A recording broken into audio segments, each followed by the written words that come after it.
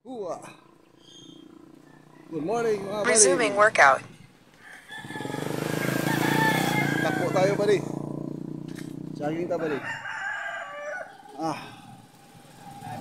Hua. Kasi wala lang masyadong umulan dito sa Bayugan. Hindi na masyadong umulan buddy. Jogging tayo buddy. Hua. Shoutout sa mga subscriber natin dyan mga buddy. Bago natin subscriber sa Japan, sa India, dito sa ating bansa, sa Pilipinas. Mga subscriber natin buddy, magandang umaga sa inyo. Jogging sa tawa di kay para padayin ko na sabta. Buo muna tayo. Tingala ko ba diba na may mananaw mga taga India o Korea o Japan. Basin sa akong kwal ba di basin sa baka doon sa sa video ba di sa ibang bansa baka may yung subtitle ba. Yung magsalita ka may magsalita din sa baba. May mga words. Hindi ko lang alam ba di baka ganun kaya makaintindi sila sa ating salita bagamat iba yung sinasabi natin na lingwahe iba sa kanila pero nanonood sila buddy, salamat po sa pagpanonood niyo mga buddy. Hua!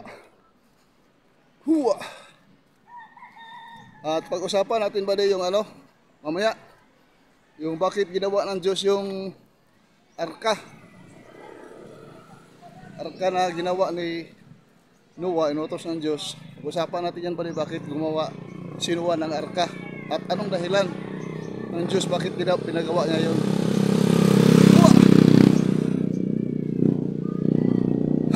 Yan ang pag-usapan natin mamaya buddy. Ngayon, takbo muna tayo.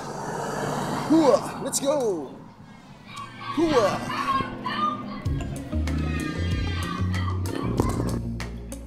Hua! Hua! Hua!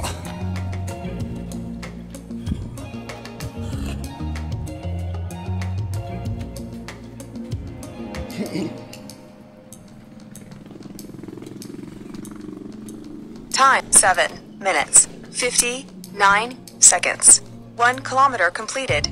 Average pace 7:58 per kilometer.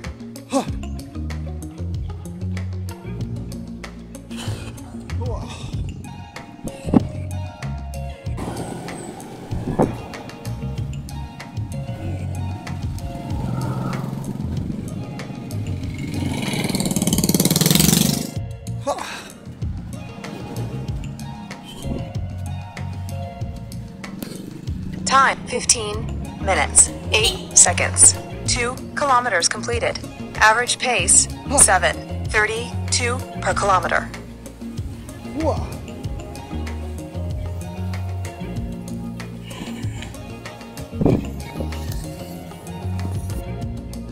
Hua! Hua!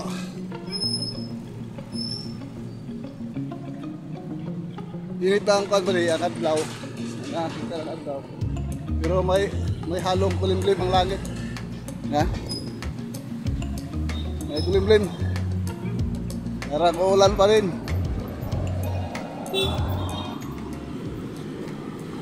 Wah!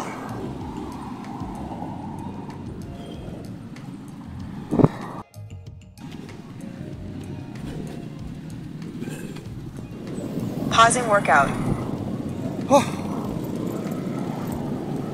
Tatawid tayo buddy, tatawid. Shoo! Hua! Resuming workout.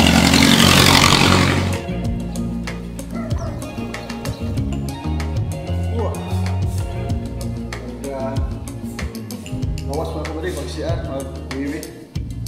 Ito yung CR na buddy, ng rotunda dito sa Bayugan. Ito yung CR nila. Malinis yung CR nila buddy. Ito yung CR ng rotunda sa Bayugan. Kaya punta kayo dito, pag hanap kayo ng mga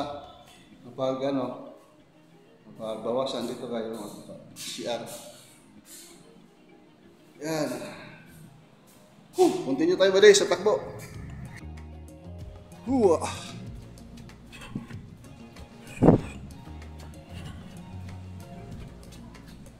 Ayun lang.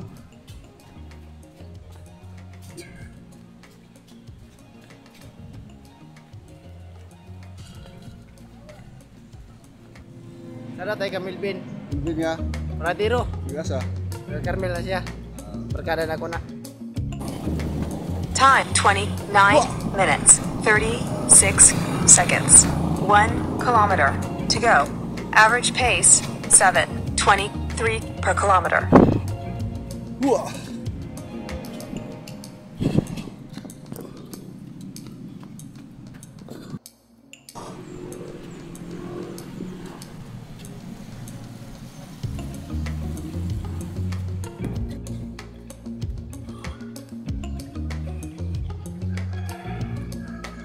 Hua.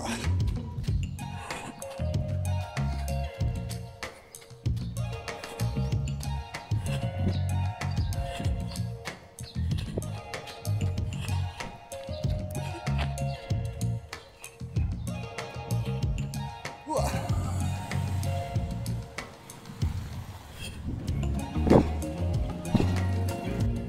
Hua.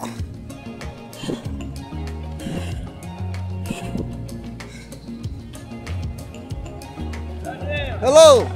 Hello, brother! Hello. Sa circle. Ako nagising sa imo. Wala, oy. Messenger? Wala. Sa Facebook. Wala.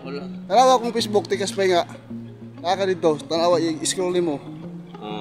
Naka dito. Kita na ako. Oo. Bye. Bye-bye. Hua.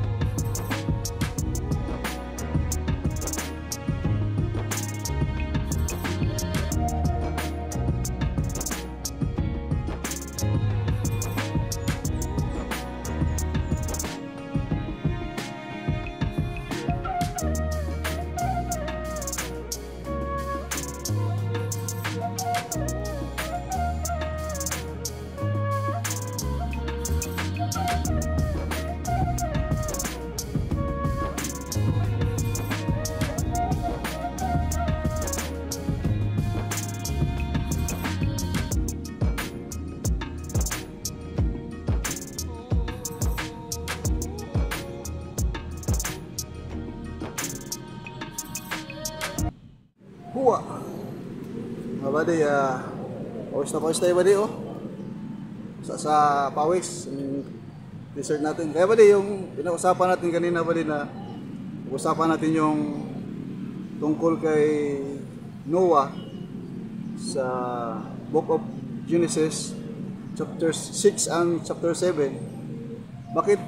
Bakit pala gumawa ng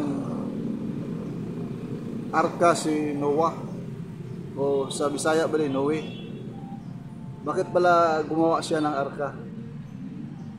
Noon ba din yung ang edad ko ba din mga siguro mga 10, 8, 9, 10 hanggang 12 yung edad ko noon. Naririnig ko lang yan ba din, ano, yung awit na sa Bisaya na awit ba din si Noe gumawa ng arka, may awit yan ba din. Tapos sabi doon na ang arka daw ay sabi saya bibundak ang ulan o mibaha. Bumuhos daw yung ulan at saka bumaha ba di. Sabi doon sa awit. At ang arka ay naglutang-lutang na tubig. Kaya una ba di ang una kong nahibaluan sa una ba di na ako lang na nadungog, napakinggan ko lang yan ba di, pero ang akala ko ba di nakasulat sa Biblia yun, pero ang akala ko ganoon lang yun na may ginawa si Noah, pinutusan ng Diyos na gumawa ng arka. At nang nagawa na, bumuhos yung ulan at bumaha, at yung arka ay naglutang-lutang sa tubig kasi mapaw yung yung baha. Kaya ang alam ko ba noon yung bata pa, kasi kanta lang yon, tapos nasulat sa Bible, tapos tinuturo sa paralan. Kasi noon ba sa elementary noon may may tinatawag na yung anong tawag doon, may mga religious group na pumapasok sa Rome, sa Department of Education noon, may pinapasok na may yung tawag doon, religious group na magturo sa amin ng mga Bible words Word of God, tapos mga songs na mga spiritual songs. Yun ang namin noon sa panahon namin, mga 80s. Yan, naturo yan noon. Mga 70s. Kaya yun nga ang akala ko, lang yun, kanta at nakasulat sa Biblia, basahin mo lang. Hindi ko pala alam may malalim palang kahulugan yun, na bakit inutusan si Noe ng mahal na Panginoon Diyos na gumawa ng arka. Kasi nabasa ko sa Bible, nung na-save na ako nabasa ko sa Bible na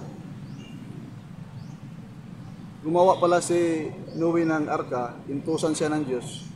Sa chapter 6 verse 5 to 7, sabi doon sa Biblia na nakita sa Diyos. Nung nakita sa Diyos yung kasamaan ng mga tao, grabe na yung kasamaan ng mga tao, mga gawa ng mga tao, puro na kasamaan, at pati sa isip nila na naging masama na yung mga tao, violent, sabi doon sa Bible.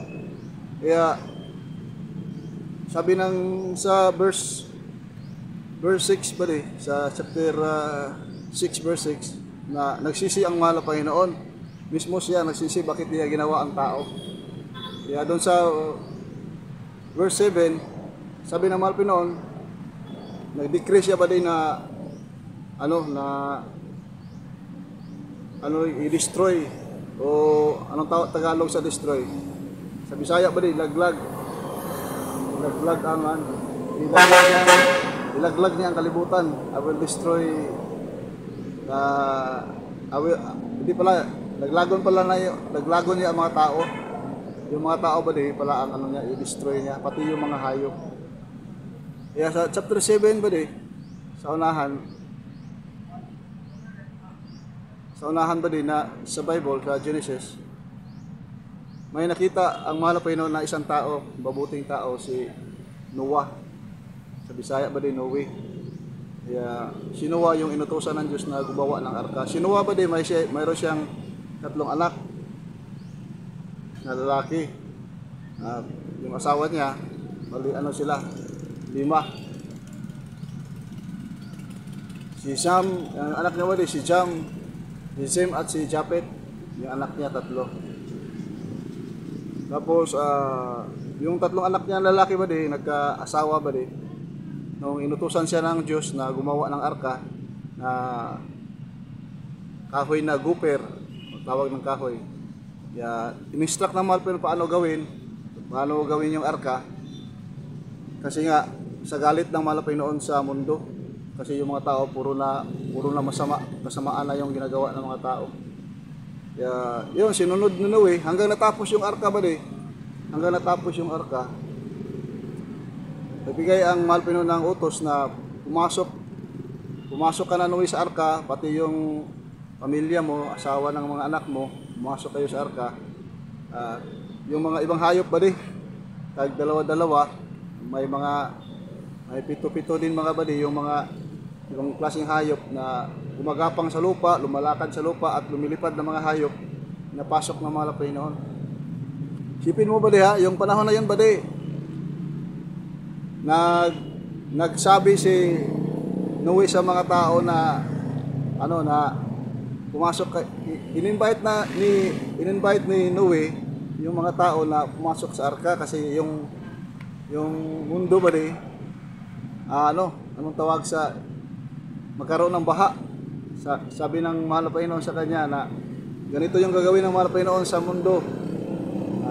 Wawasakin niya ito sa pamaraanan ng baha, tubig. Yung mga tao tumawa kasi mainit man yung panahon na yun, buddy. Walang naniniwala kay Noe. Walang naniniwala kay Noe. Kaya yun, buddy, hindi naniniwala yung tao, kaya nag-instruct ang mahal na Panginoon na pumasok ka na sa arka, at pati yung pamilya mo at saka yung hayop na pinapasok. Mabuti pa yung mga hayop, buddy, sumunod sa instruction ng mahal na Panginoon na pumasok sa arka. Dalawa-dalawa. Kaya sama yung mga hayop, buddy, pumasok sa arka. Nung nakapasok na yung arka, buddy, ang mahal na Panginoon talaga mismo ang nagsara.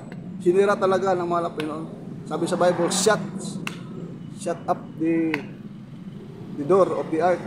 Sinira ng mahal na Panginoon. Kaya wala na makapasok. Doon, buddy, pag sara na, buddy, bumuhos na yung malakas na ulan. Pati yung sa mga lake, mga fountains, buddy, nagbigayan ng tubig sabay. 40 days and 40 nights. 40 ka adlaw, 40 ka gabi. Grabing baha, buddy, lunok. Mga tao, buddy, nagsigawan na yung mga tao, nagsisi na. Gustong pumasok sa arka, pero sabi ni Noe, hindi ko na mabuksan kasi sinira na ng Diyos ang arka. Yun pala ang buddy, ang dahilan kaya gumawa si Noe ng arka. Inutusan siya ng Diyos dahil sa kasamaan pala ng mga tao.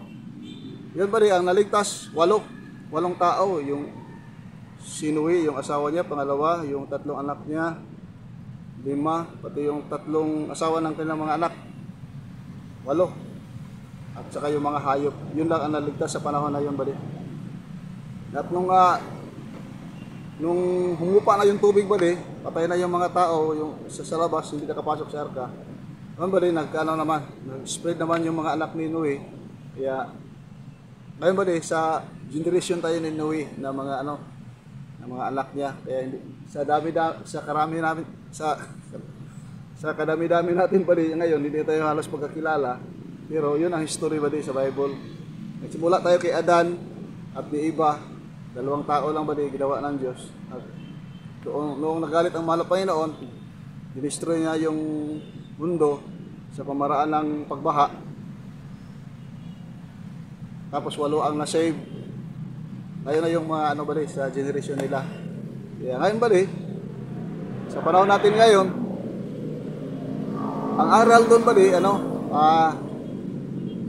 sa New Testament, sa Bible, buddy, ang mahal na Panginoon Jesus,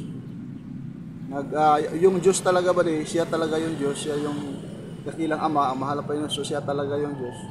Nagkatawang tao siya, buddy, bumaba siya dito sa mundo, sa lupa, para magpakilala, buddy, na siya yung magliligtas, siya yung Misaya.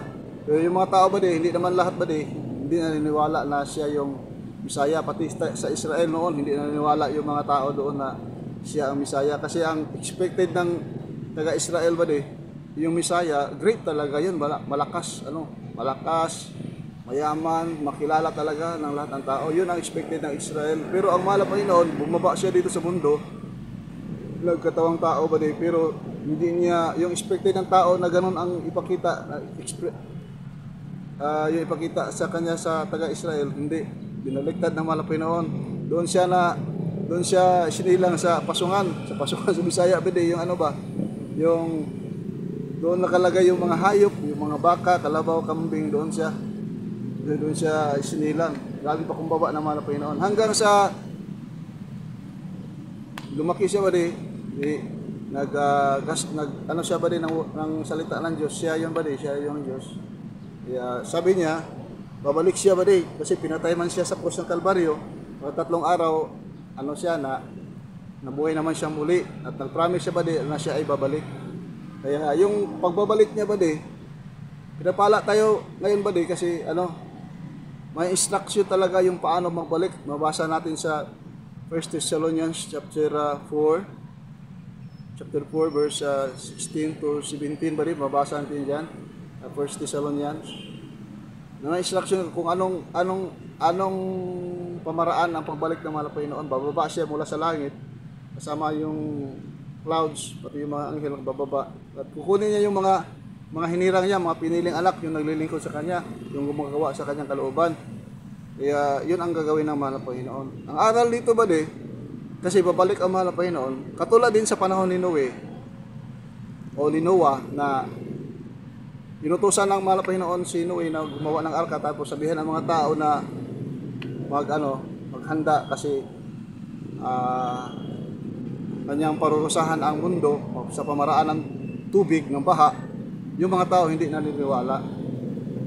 Kaya yun, na sila, napahamak sila. Kaya ngayon din ba sa panahon ngayon, sa pagbabalik ng mahal na Panginoon, may message na ba na iniiwan sa atin na babalik siya bilang Diyos at Hari. At sa pagbalik niya ba walang nakaalam kahit anghel sa langit. Ang isa lang ang nakaalam, ang Ama sa langit lang.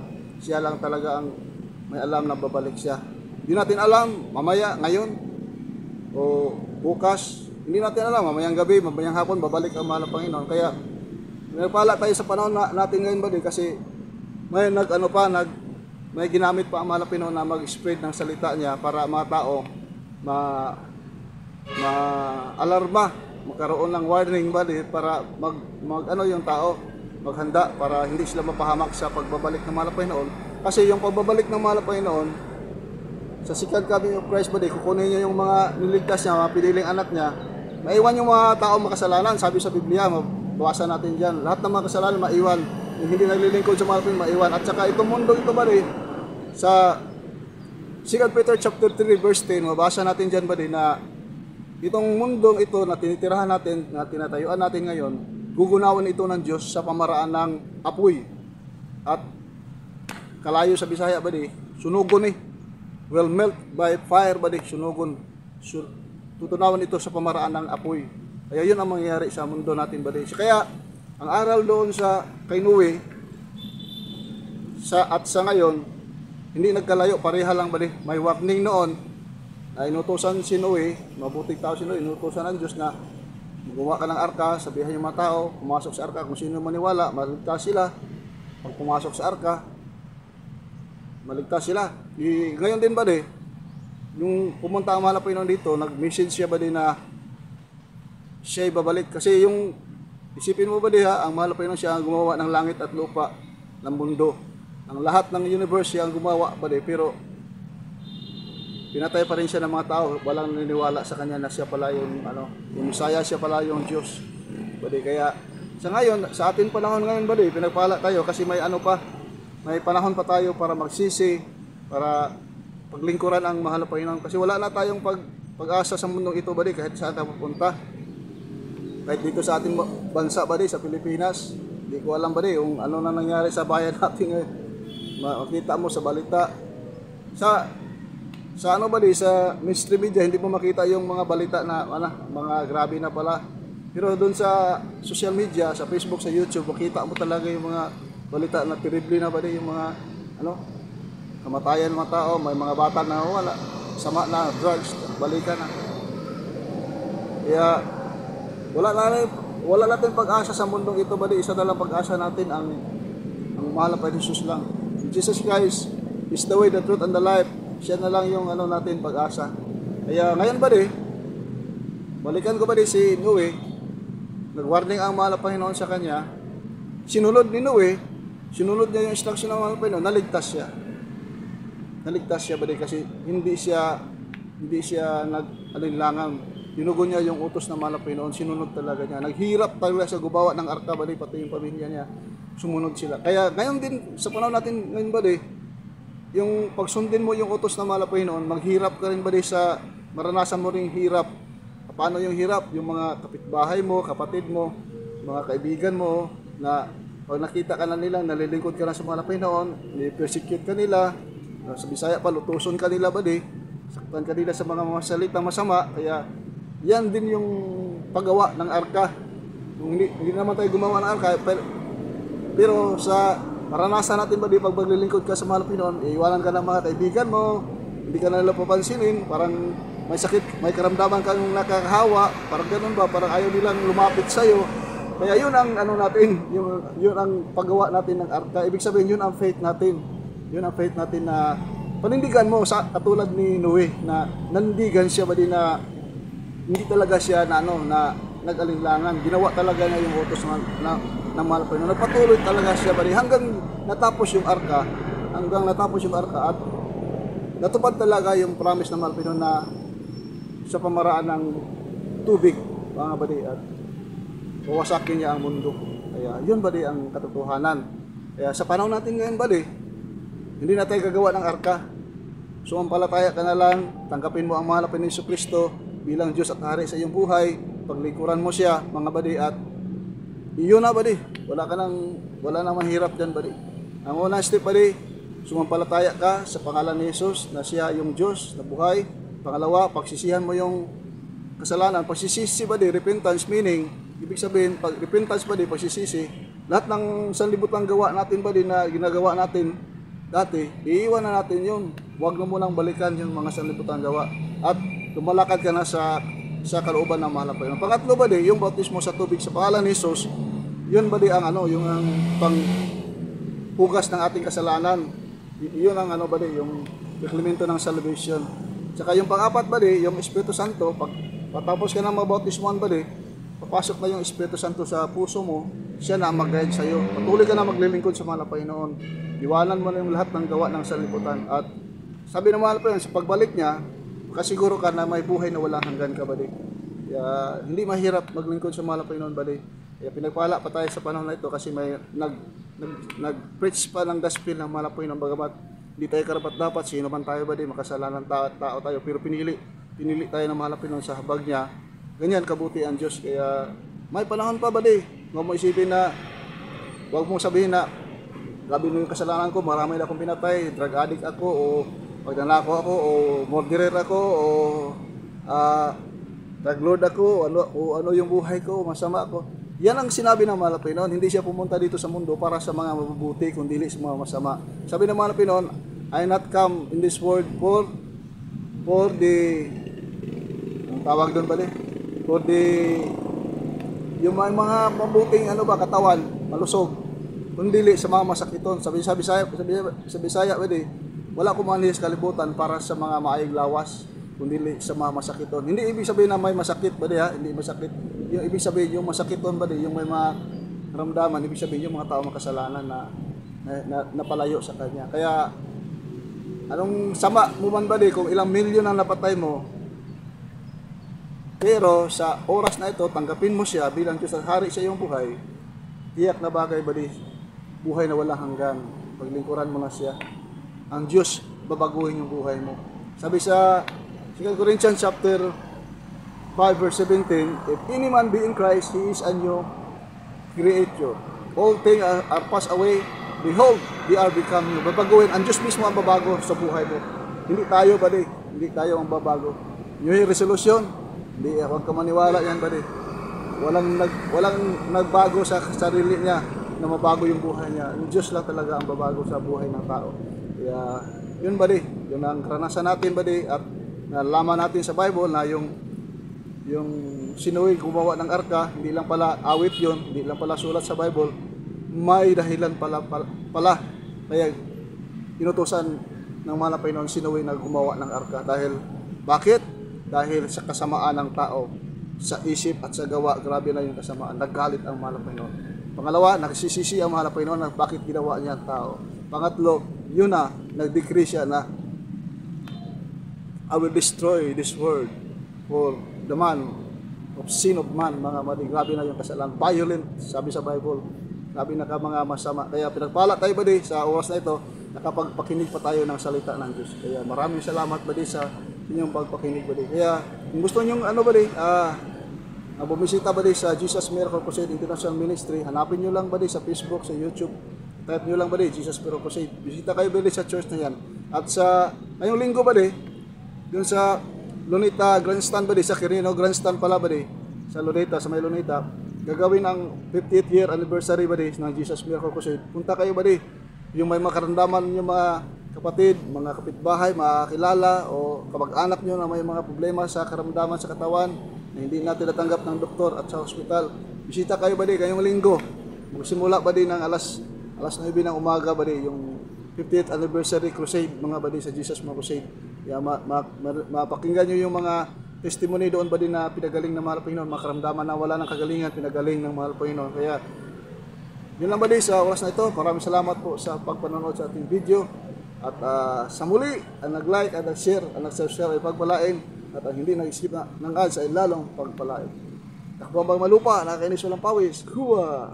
God bless mga buddy. Ang lahat ng pupupuri, padadakila at pagsamba ay tanging sa aking pinakamamahal na Jesus po lamang. God bless you po mga buddy.